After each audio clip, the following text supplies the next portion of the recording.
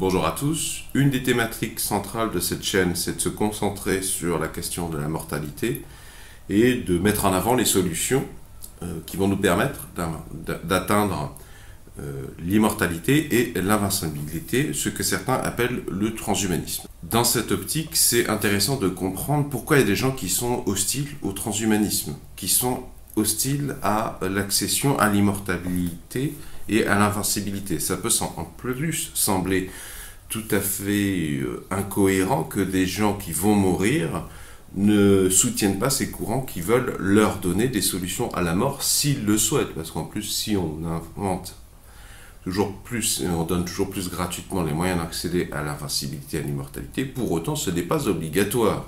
Ceux qui voudront mourir pourront continuer à mourir, ce n'est pas obligatoire. Pourquoi donc des gens, même jeunes, par exemple Teddy Boyer-Ressa, sont hostiles à cette chose qui est pourtant une solution au danger le plus grand qui les menace? Effectivement, le danger le plus grand, le plus urgent de chaque être humain, la plupart du temps, c'est le vieillissement suivi de la mort. C'est bien plus important que n'importe quel des problèmes que vous avez actuellement dans votre vie quotidienne. Alors je vais peut-être prendre Étienne Klein sur la miniature. Pourquoi Étienne Klein? Parce qu'il y a fort à parier que si sa figure vous parle, c'est que vous êtes un passionné de science et donc vous êtes intéressé par mon sujet. Donc c'est parce que je cherche à attirer votre attention. Si je vous parle de mon cousin Ernesto avec lequel j'ai eu une conversation sur le transhumanisme, ça ne va pas vous parler. Mais j'aurais pu prendre également Jean-Michel Besnier, parce qu'il a dit bien des choses lors de son débat avec Hassan Cobalt sur la chaîne Le Média pour tous. Je vous mets ça dans la description sous la vidéo.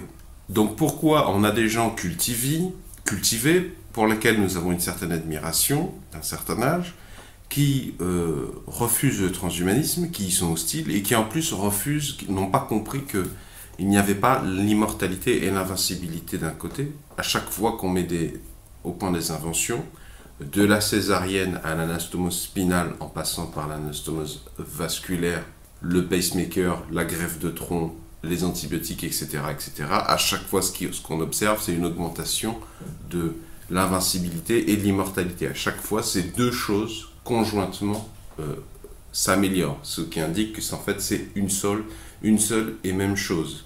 C'est vain de distinguer l'immortalité et l'invincibilité. C'est pas du tout cohérent de le faire.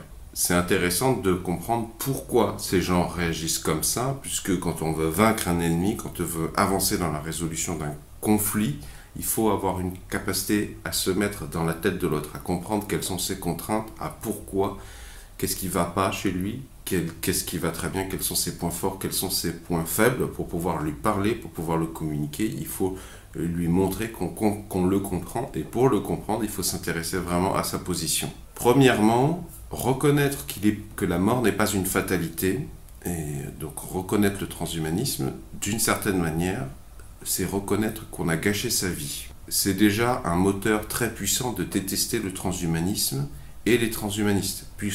Pourquoi je parle de gâcher sa vie? Dans l'exemple d'Étienne Klein, qui a quand même déjà un certain âge, ou un autre exemple, Jean-Michel Besnier, ce sont tous les deux, par exemple, des gens qui se sont investis dans des branches scientifiques, qui ont passé du temps. Et là, on arrive en leur disant, en leur rappelant que le problème le plus prioritaire, c'est le problème de la mort. Ils se questionnent, c'est quelque part les questionner sur qu'est-ce que vous avez fait de vos 50 ans d'existence? Qu'est-ce que vous avez branlé? Parce que déjà, admettre le transhumanisme, c'est admettre qu'il n'y a pas de vie après la mort, qu'il n'y a aucun paradis, qu'il n'y a aucun Dieu. Donc déjà, quand tu arrives à 50, 60, voire plus, ça t'arrange pas tellement, le transhumanisme. Mais en plus, le transhumanisme, c'est cette idée que l'immortalité et l'invincibilité sont parfaitement accessibles et que ça se retrouve parfaitement dans l'étude des sciences, dans l'histoire des sciences. Et donc, ça questionne entièrement ton existence. Est-ce que j'ai bien choisi le sens, la priorité dans ma vie? Parce qu'effectivement, quand on commence à comprendre le transhumanisme, c'est un petit peu remettre l'église au centre du village, enfin pas tellement l'église dans ce cas-là, c'est remettre le plus important, le plus gros problème au centre de son existence, non pas pour changer radicalement du métier. On n'a pas besoin que tous les carreleurs, tous les plombiers, tous les ouvriers du BTP cherchent à faire de la recherche scientifique du jour au lendemain, pas du tout. On a besoin que chacun garde sa place parce les instituts de recherche ont besoin de tous les corps de métier, que tout le monde a besoin de tout le monde, il y a une interdépendance entre les corps de métier. Mais donc, ces gens qui sont hostiles, on peut déjà partir du principe que quand on leur parle du transhumanisme, ça ébranle leur existence entière, puisqu'ils avaient une peur qui a dû naître quelque part entre 10 et 15 ans, quand ils ont compris leur mortalité, qu'ils ont répondu à cette question comme ils ont pu, souvent par le biais du mensonge, au travers de la religion chrétienne, enfin de la secte chrétienne plutôt, la secte musulmane, la secte juive, la secte des témoins de Jéhovah. Ces sectes ont en commun un sabotage volontaire intellectuel parce que l'idée de la mort est trop désagréable. Et le transhumanisme, quelque part, c'est remettre en cause tout ça, sauf que quand vous remettez ça en cause chez quelqu'un qui a épousé ça depuis 40-50 ans et qui a fait des choix en conséquence, vous remettez l'utilité de son existence en vie. Il y a une notion de culpabilité très forte derrière. Parce qu'en plus, il y a la question de faire des enfants. Par exemple, Étienne Klein ou encore Jean-Michel Besnier ou d'autres personnes avec qui vous discutez, ils ont fait des enfants. Mais qu'est-ce que c'est que faire des enfants d'un point de vue du transhumanisme ? D'une certaine manière, faire des enfants d'un point de vue du transhumanisme, c'est un meurtre avec préméditation. Pour un transhumaniste, quelqu'un qui comprend qu'il n'y a pas de Dieu, pas de vie après la mort, et que tous les ingrédients de l'invincibilité et de l'immortalité sont sur Terre, pour un transhumaniste, faire des enfants alors que tu ne vas pas pouvoir lui offrir l'immortalité et l'invincibilité parce que tu le fais trop tôt, eh ben t'es un enculé. T'es quand même à un sacré niveau de bâtardise et de couardise. En plus, il y a le sentiment de responsabilité éprouvé largement, probablement pour des raisons génétiques. Les gens qui se reproduisent vis-à-vis des enfants, ils ont une obligation, généralement ils veulent le meilleur, y compris des choses auxquelles ils n'ont pas eu accès eux-mêmes ou des choses qui leur ont manqué. Et là, la question de la mort, je veux dire, il n'y a pas mieux que la question de l'invincibilité et de l'immortalité dans la catégorie des choses auxquelles je n'ai pas eu accès, ça m'a profondément manqué, c'est la chose la plus importante. Et quand je vous dis, quand vous parlez transhumanisme avec Jean-Michel Besnier ou Étienne Klein, ça induit, s'ils étaient d'accord avec vous, eux-mêmes, en fait, ça leur poserait la question, putain, j'ai fait des enfants, avant même d'essayer par tous les moyens possibles de vérifier si c'était pas possible de leur offrir l'immortalité et l'invincibilité, je suis vraiment une grosse merde. Je suis vraiment un gros enculé. Je suis quelqu'un qui se pense intelligent, mais qui n'a même pas tilté qu'il a commis des meurtres avec préméditation. Et en plus, c'est plus grave que ça dans le cas des sectes chrétiennes, musulmanes et juives, des témoins de Jéhovah. Et il y a des croyances sectaires chez les animistes ou chez les laïcs aussi, hein. Il y a eu viol du libre arbitre de leurs propres enfants, parce qu'aux enfants, quand ils ont commencé à tilter, entre 10 et 15 ans, on leur a raconté des saloperies sur Yahvé, sur Jésus, sur Allah, que des saloperies dont le seul but, en fait, c'est de rassurer l'enfant, alors que l'enfant, il ne devrait pas se rassurer, parce qu'effectivement, par la pensée logique, il en a tilté qu'effectivement, le problème de la mort, c'était la question la plus importante.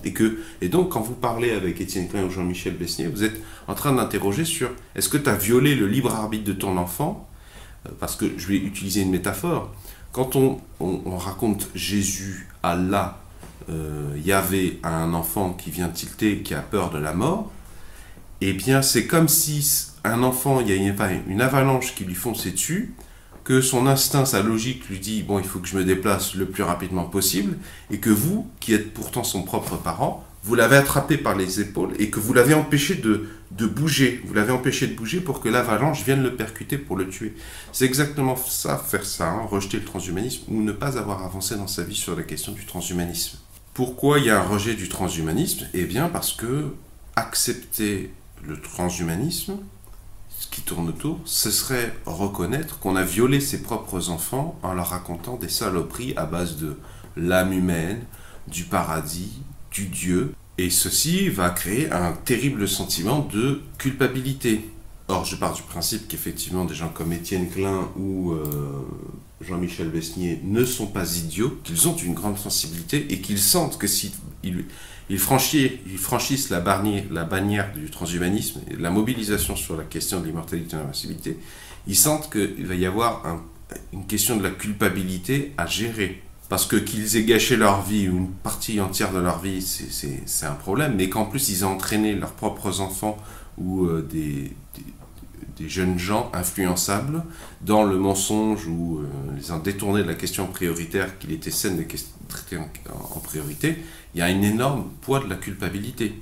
De la même manière que une grand-mère ou un grand-père a du mal à reconnaître dans une famille qu'effectivement eux-mêmes se sont fait violer ou tripoter par l'arrière-grand-père ou l'arrière-grand-mère et que eux-mêmes, quand ils sont devenus parents, n'ont pas protégé leurs propres enfants de ce fléau. Ça a vraiment du mal. Parce qu'il y a la question de reconnaître les événements, mais que pas loin derrière, il y a la question de la culpabilité, ou de comment je vais réparer ça. Même si ce sont en fait des questions différentes. Mais elle n'est pas loin derrière, hein, reconnaissons-le.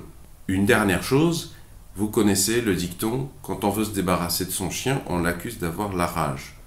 Jean-Michel Besnier et Étienne Klein et d'autres personnes que vous rencontrerez de votre quotidien, des kidams, quand vous leur parlerez du transhumanisme, il faut bien comprendre que s'ils ont déjà 50, 60, 70 ans, 80 ans, qu'on est en train de comprendre qu'effectivement l'immortalité et l'invincibilité vont être mis au point, accessibles pour tous dans le futur, ça pose la question de parmi les êtres vivants actuellement, lesquels vont y avoir accès, lesquels ne vont pas y avoir accès, ce qui est une forme d'injustice d'une certaine manière, mais bon, t'as passé ta vie à défendre l'existence de saloperies comme le Dieu, l'âme, tout ça, quelque part c'est juste, c'est peut-être une justice que tu n'aies pas accès à l'immortalité et l'invincibilité. Bon, je m'égare, tout ça pour dire, quand on veut se débarrasser de son chien, on l'accuse d'avoir la rage.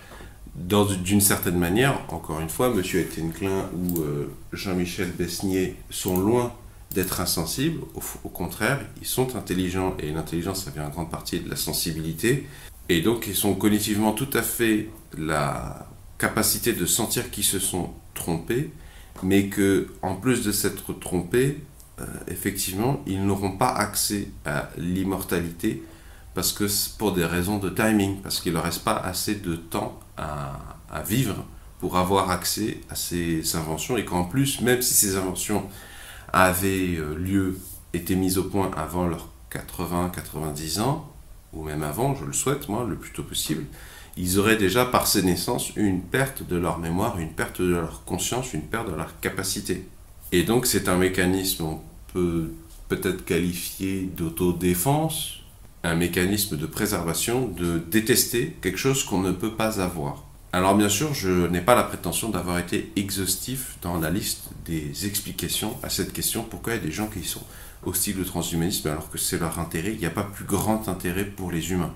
Si vous avez d'autres pistes, s'il vous plaît, ça m'intéresse beaucoup, je vous invite à vous manifester dans les commentaires dans un français clair et compréhensible et correctement ponctué, s'il vous plaît. Si vous avez apprécié ce sujet de conversation, pouvez-vous mettre un pouce vers le haut, s'il vous plaît, pouvez-vous mettre un j'aime. Si ça vous intéresse de vous mobiliser pour dès à présent mettre le turbo pour mettre en place les solutions d'immortalité et d'invincibilité pour que vous ne soyez pas obligé de vivre seulement 70 ans, au mieux en bonne santé, mais que vous puissiez vivre au moins des siècles, avoir le temps de faire bien des choses et notamment vous promener dans le système solaire si le cœur vous en dit, voire même dans d'autres systèmes solaires, eh bien j'ai deux choses à vous proposer. Vont s'afficher à l'écran un rond et un rectangle. Le rond, vous cliquez dessus, ça vous abonne gratuitement à la présente chaîne YouTube.